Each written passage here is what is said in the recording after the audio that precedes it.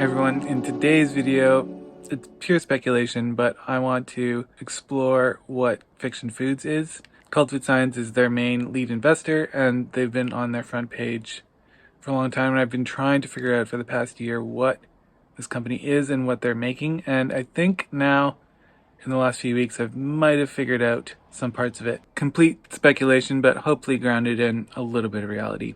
Let's get into the video.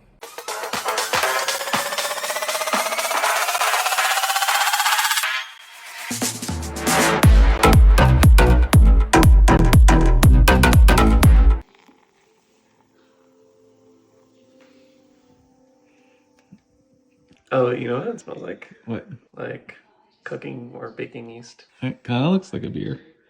And like a very white beer. It kind of looks like if you mix baking yeast in water. Oh, it's like a lemon. Oh, pineapple. So Mark and Brendan formed Pulp Culture in 2019, and Brendan Brazier, if you don't know him, is a fairly well-known entrepreneur in the vegan space and sports nutrition space. They've partnered with every one of the main precision fermentation egg protein companies last year to make one of their drinks. Here at Pulp Culture, innovation is key to delivering the future of beverage. We do this by building on our core goal to create the world's most functional drinks, bringing to life delicious, full spectrum and beneficial offerings made with the world's best ingredients. The foundation of our new line, Pulp Culture Plus, is in our unmatched ingredients. Our craft is highly intentional.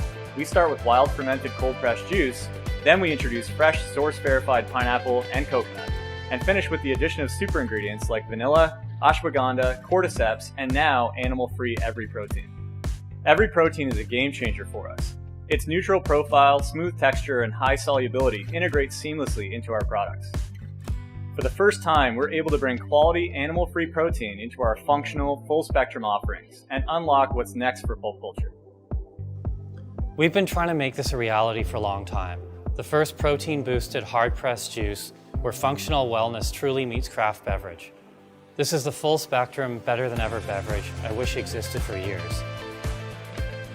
This remarkable live culture beverage is sugar and preservative-free, low alcohol, contains probiotic content of over 6 billion CFUs, and now animal-free every protein. We think you'll love Build as much as we do. Brendan Brazier is also founder of Fiction Foods. Now, why is every important to this, and what is Fiction Foods doing? You're probably focused on the scramble that's going on behind you. This is actually a liquid whole egg that we have been able to make with just our single egg white protein. So this liquid egg can create scrambles, it can create omelets. It truly has the same functionality of the whole egg, but just using that one egg white protein with some additional ingredients. So we're very excited about the potential for this, above and beyond even the B2B applications that we've already seen to date. Okay, so let's look at the Fiction Foods website. There's a solutions company expressed through food. It's pretty certain that with Brendan's background, it's going to be some kind of a sports formula. And then they talk about food architecture, nutrient resource ratio. Some of the formulas will take on animal product-like forms, such as an egg, and can therefore be used in place of animal products. But all Fiction products will be objectively better in that they will be purpose-built and come at a lower environmental cost. What types of ingredients, nutrient resource ratio, they really don't tell you much of anything. So Cult invested in them in November 2021. In 2022, there was a story on Fiction Foods reveals cellular agriculture egg alternative launch. Portfolio of Cult Food Science has announced significant developments in its novel cellular agriculture product pipeline, with the commercial launch of its first egg alternative product slated for the third quarter of 2022. It's not a fake egg, but a whole new culinary experience that is made from a single-cell organism called Euglena that contains animal-like and high-quality protein, but without the animal. Clearly, this hasn't happened yet. We're a year past that. All this is still fiction, but what is Euglena?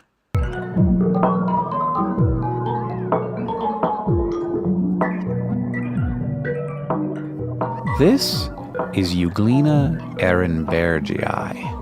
And as you can see, it's a bit of a shapeshifter. It's not just changing its shape, though. It's moving. Across the surface of this unicellular eukaryote, a series of strips made out of protein run the length of the cell, working with a system of molecular tubes to drive this cellular contortionist around in a form of movement known as metaboly. Those strips create a ridged surface along the plasma membrane called the pellicle. And this is the structure that unites the otherwise incredibly diverse set of organisms called euglenoids. Euglenoids are mostly found in fresh water, where many species get their food by engulfing it through a process known as phagocytosis. Millions, or maybe even a billion years ago, the thing that got engulfed was a photosynthetic green algae, and this marks a major division. Many euglenoids, like this paranema, don't have chloroplasts. Instead, these non-photosynthetic species rely on feeding mechanisms like phagocytosis or osmosis. But the euglenoids we're going to talk about today are the ones whose ancestors not only ingested the green algae, they took on the algae's chloroplast and the rest of the photosynthetic apparatus, evolving the ability to make their own food in addition to consuming nutrients from their environment. As we mentioned earlier, the common link between euglenoids is that striped surface called the pellicle. Other than that, though, euglenoids can look pretty different from each other. The most common shape among euglenoids is this sort of elongated almond shape, where the end comes to a tapered point. Then there are these Monomorphina pyrum, whose bodies are more rounded and have a clearer tail coming out at one end. You can see Monomorphina pyrum here as well, along with Phacus tortoise. Almost all Phacus species have this sort of flat diamond body resembling a leaf, and some, like this Phacus helicoides, can twist that leaf into an amazing and beautiful corkscrew-like structure. Phacus species do have a pellicle, but they're rigid and can't actually engage in metaboly, that shape-shifting method of locomotion we saw in the beginning that is so common to euglenoids that it's also called euglenoid movement. In general, the flexibility of euglenoids corresponds to the number of protein strips in its pellicles. Species that are less rigid and thus more likely to use metaboly have more strips, while more rigid species have fewer strips. So you might be wondering how these rigid species get around if they can't rely on wiggling their bodies to different places. Well, the answer is simple: flagella. All photosynthetic euglenoids have two or more of those hair-like structures that they use to move, even if they are capable of metaboly. The flagella are a little hard to see. If you squint, you might see them here towards the front end of the cell, which is also where you'll find that distinct reddish spot that looks kind of like an eye. That red spot is, appropriately enough, the eye spot, though it doesn't actually see. Instead, the eye spot works as a sort of shading device that, along with photoreceptive proteins at the base of the flagella, tells the cell where it can find light to drive photosynthesis. Now, despite their ancient green algae origins, the chloroplasts in photosynthetic euglenoids are a bit different from their ancestral counterparts, particularly in how they store their energy. Green algae make a starch that is stored in the chloroplast for their later energetic needs, because the sun never shines all day. But euglenoids produce a different carbohydrate stock called paramylon that's kept in the cytoplasm of the cell instead of in the chloroplast. Different euglenoids keep their paramylon stored in different shapes, ranging from small discs to larger rods. As this euglenoid turns, you can actually see its paramylon bodies. It's those oval ring structures. And when the cell uses the paramylon for energy, those rings will become thinner. Of course, as we've seen in other episodes, things in the microcosmos can get tough. So some euglenoids build their own defenses. This is Trachelmonas. And I should say here that I am fumbling through some of these pronunciations, so don't take them as gospel. It's encased in a protective structure called the lorica, a sugary matrix that the cell produces when it's young. The lorica starts out as a softer, more flexible covering, but over time, it picks up minerals like iron and becomes increasingly solid. You can tell that compared to the other very green euglenoids we've shown, this little guy is more on the yellowish side, and that color actually comes from those embedded minerals. These Euglena sanguina are demonstrating another use for sticky encasements under stress. These cells have entered what's called the palmelloid stage. On the right side of this clip, you can see 4 cells enclosed in a clear membrane.